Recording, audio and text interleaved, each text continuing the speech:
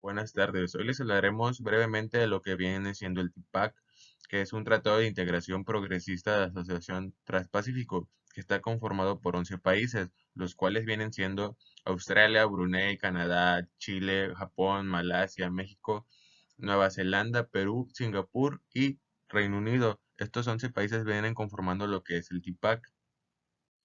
En esta diapositiva vemos una tabla de la balanza comercial que nos explica acerca de las importaciones totales de México en millones de dólares, desde 1993 hasta el 2021. En la última columna pueden apreciar un porcentaje que representa el total de importaciones que tuvo el TIPAC en las importaciones totales de México. Esta es una tabla de la diapositiva anterior, una extensión de la tabla porque no acaba ya todo en una diapositiva, pero en la diapositiva anterior, si se fijan bien, es del año de 1993 al 2005 y en esta podemos ver del 2006 al 2021. Igual trata sobre de la balanza comercial y importaciones totales de México en millones de dólares. E igual es el mismo formato y hasta abajo en la columna del total de porcentajes que tuvo en el año por el TIPAC. En esta diapositiva vamos a explicar acerca de la gráfica que se muestra en pantalla, que es la gráfica de las importaciones anuales, que quiere decir que las importaciones que hubo en todo el año en México. Las barritas de color azul marino indican que podemos ver las importaciones totales que hubo en México en cada año. Las barritas color azul claro o cielo, como lo quieren llamar, representan las importaciones totales que fueron a través del TIPAC. De igual manera, como le explicamos de la misma manera de la tabla de las importaciones, ahora toca hablar de la balanza comercial, pero de las exportaciones totales de México en millones de dólares, igual del año de 1993 al 2005 en esta diapositiva. Igual hasta abajo podemos ver un porcentaje de la total de exportaciones que hubo en todo el año en México. En esta diapositiva hablamos de la balanza comercial otra vez, que es la extensión de la tabla anterior, solo que esta del año de 2005 al 2021. Esta es una gráfica de las exportaciones anuales, otro análisis comparativo, pero ahora de las exportaciones.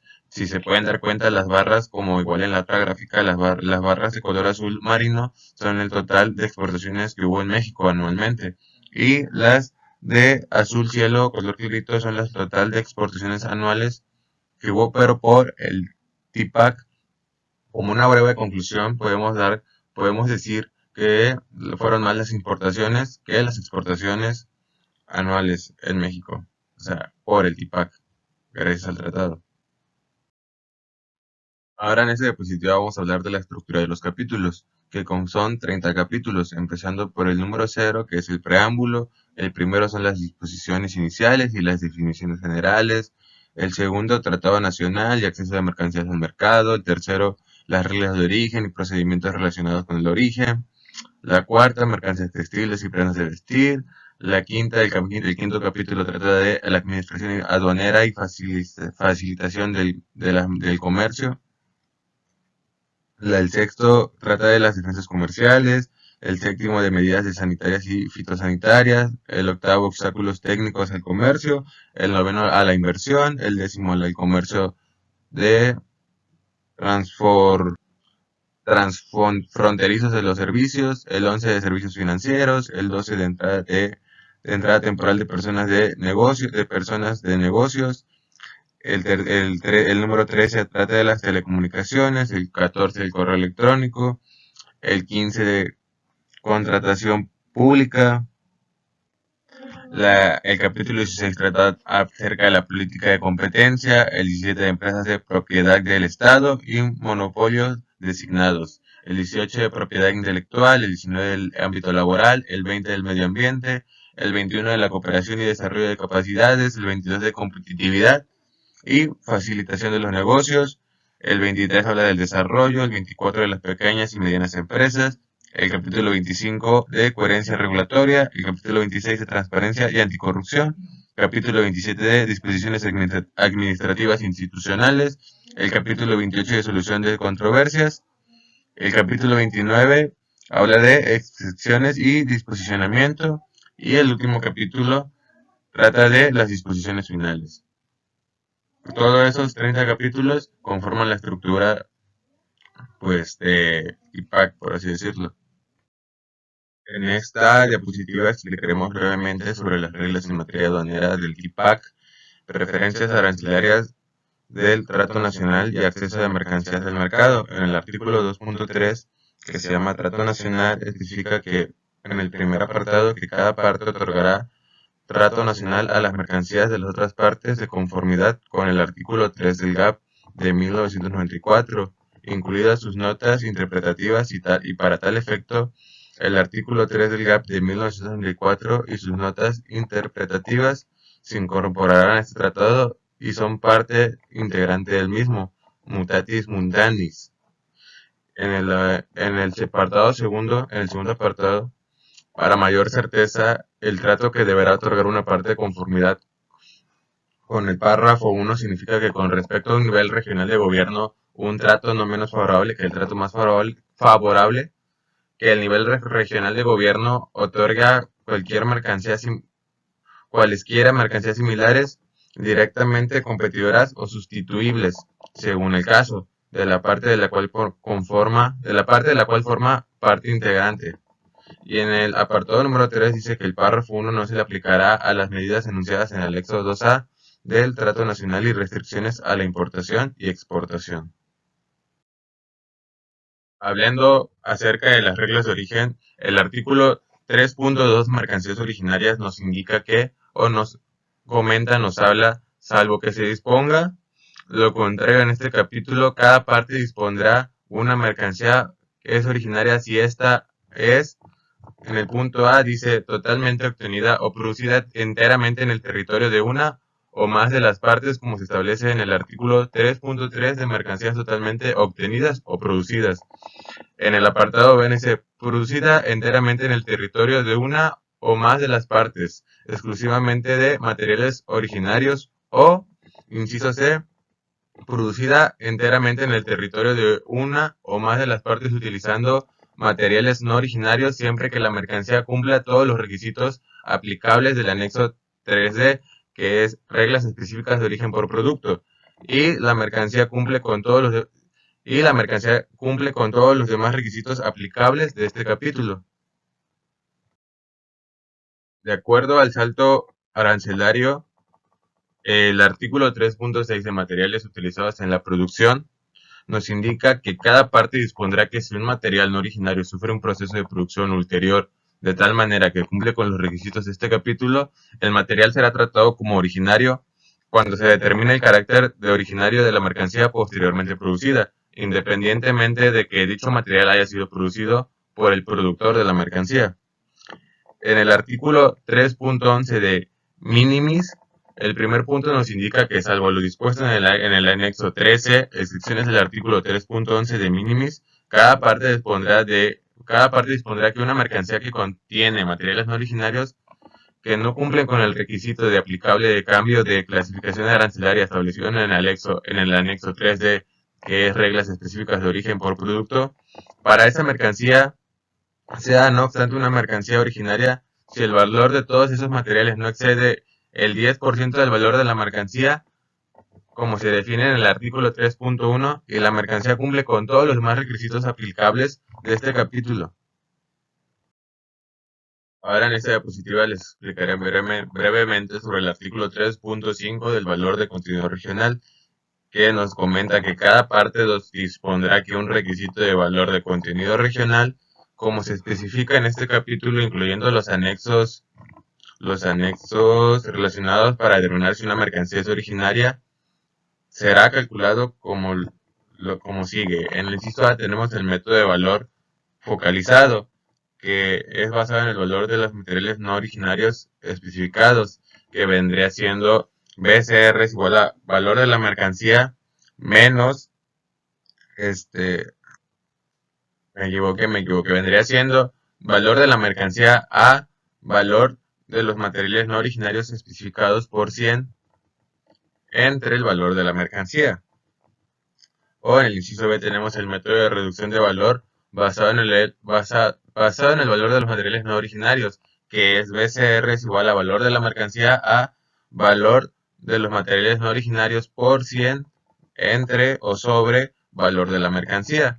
O en el inciso C tenemos el método de aumento de valor basado en el valor de los materiales originarios, que es valor de los materiales originarios por 100 entre el valor de la mercancía. Estos vendrían siendo algunos métodos para determinar si una mercancía es originaria. Ahora les comentaré acerca del artículo 3.7 que nos dice valor de los materiales utilizados en la producción. Nos comenta este artículo que cada parte dispondrá que para los efectos de este capítulo el valor de un material es: para un material importado por el productor de la mercancía, el valor de la transacción del material al momento de la importación, incluyendo los costos incurridos en el transporte internacional de la materia. B. Para un material adquirido en el territorio donde la mercancía es producida, el precio pagado o por pagar por el productor en la parte donde el productor está ubicado.